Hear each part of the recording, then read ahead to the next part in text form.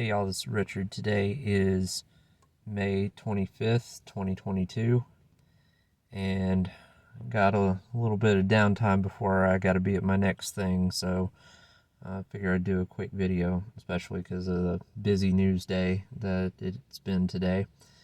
But big item in the news is the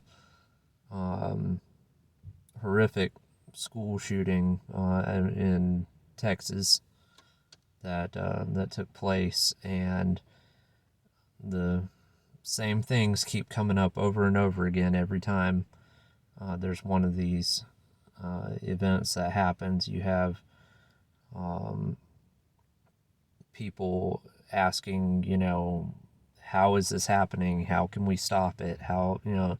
And you got people coming from every different direction saying this, that, and the other. So, really, the reason why things are like they are is because basically we've, as a nation and as a society and as a lot of communities and households and individuals, have cut God out of life, and we wonder why this happens. I mean, it's it's a very simple thing to understand. It happened close to the beginning. You have your first murder occurring within the first 4 human beings alive. So, I mean, this is what humans do when they cut God out of the loop. So, is it any wonder that, with the way that our nation tolerates the murder of the unborn? I mean, if you can do it then why not any other time? And, that morality is already undermined. We wonder why kids turn out like this. It's because our society does not value life. They just don't. So, how do we stop this kind of stuff from happening? People need Jesus. That's item number 1. Item number 2, until he comes back, evil people are always going to be out there. Always. They're always going to figure out how to do it. Like I said, the first murder was with a rock. People commit murder in their hearts before they commit the act of murder. So we have a justice system that doesn't really do justice when it comes to the most heinous of crimes. The idea that they can be rehabilitated is just not feasible for society. Society can't bear that burden. When people do these most heinous of acts, they need to pay with their life. They will not reoffend if they are in a grave. So, that's one. But then you have the other problem of you got these mass murderers who then, once confronted, take their own lives. That's not what happened in this particular scenario. Law enforcement got this guy. From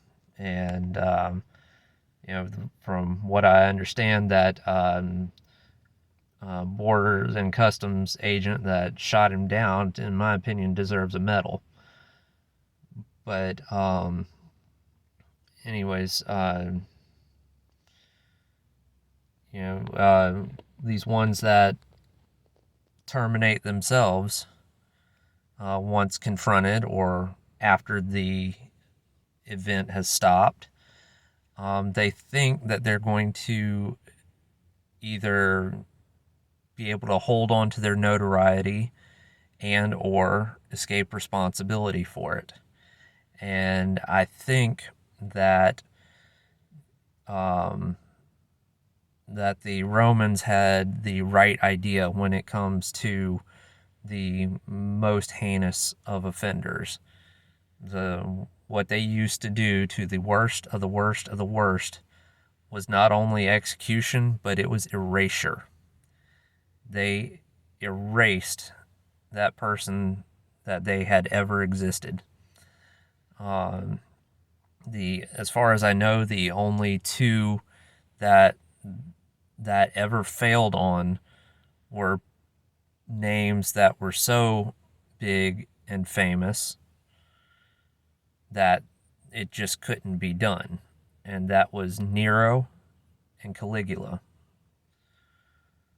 So I think that's what needs to happen here. When there's one of these mass murder events, they need to, first off, if they have a name for the suspect, they have an identity for the suspect, that needs to immediately be replaced with a number.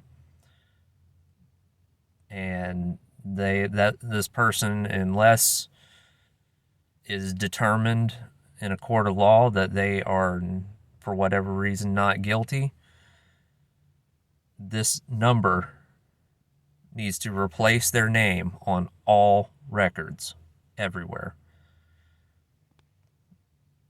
Second thing that needs to happen, if they do successfully self-terminate, then they need to be erased after the fact. They need to be buried in an unmarked grave in secret, naked, face down. This needs to be done so that that if anyone ever finds the grave, that this person died with the most dishonor possible. So, and the next thing that needs to happen with that is the family of that person's immediate household, meaning the people living with that person at that time, need to be stripped of the last name. Now, all those things together, yes, it is extreme, but the crime is extreme.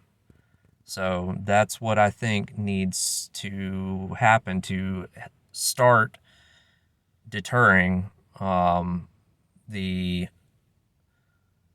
infamy draw that some of these evil people have. Is we need to make sure that they will never get that which they tried so hard to get. They will not be famous. They will not have their name all over the paper. They will not have anything. And not only that, but those who they're closest to, who survived them, will also bear some of the dishonor. So, that's part of what needs to happen. The next thing, the big question that's out there that was, and this is going on just what I heard on the news on the radio, a short while ago, is supposedly the school resource officer challenged this guy, and the guy got past him, but the school resource officer is not among the wounded or killed, and that the suspect entered through a door that was supposed to have been locked. So, I mean, I could be getting it wrong. My news source could have it wrong. So, but I was waiting for something to come out to say, why was this school functionally undefended? I mean, that in this day and age, that is just inexcusable. If you have a large concentration of children, you need dedicated, armed security, whether law enforcement, private, or volunteer. You, I mean, if you have vulnerable people charged to your care, you have the duty to defend them. Mass murderers look for poorly defended targets of high concentration. That's just what they do. They're predators like that. So, I mean, I don't understand why these children were not actively defended. And hopefully something more will come out in the news about that. But the, you know, supposedly, according to the news again, the warning signs for this guy were out there. He was supposedly talking to some girl over the internet about what he was going to do. And if this is the case, then why didn't she say something to law enforcement? If she did, why didn't law enforcement listen? The problem isn't guns. People get murdered with knives and hammers and run over with vehicles and all this other stuff. Somebody who murders it, the tool is secondary to the murder in their heart. So the only thing we can do about that is, number one, make sure that they are properly punished and promptly after they've committed such an act. And then secondly, is we need to remove the opportunity by decreasing our own vulnerabilities. And mitigation is part of that. Other things is good processes and good engineering controls. But if you're able to use a firearm and not a prohibited person from possessing one, then you should be armed. If you have moral convictions that you make you feel that you should not use deadly force, even in the course of protecting your own life or your children's life or your other vulnerable adults' lives, okay, you don't have to violate your moral convictions. Use the, and possess the highest level of force that you can morally justify using. But I mean, that mitigation factor is so important in these sorts of scenarios. So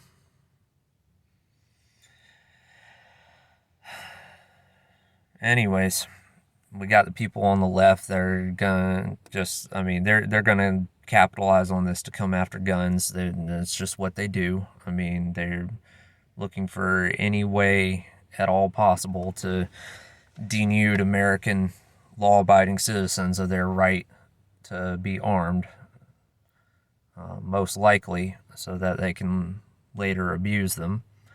But anyways, yeah, so that's what's going on today, and this stuff's got to be said. And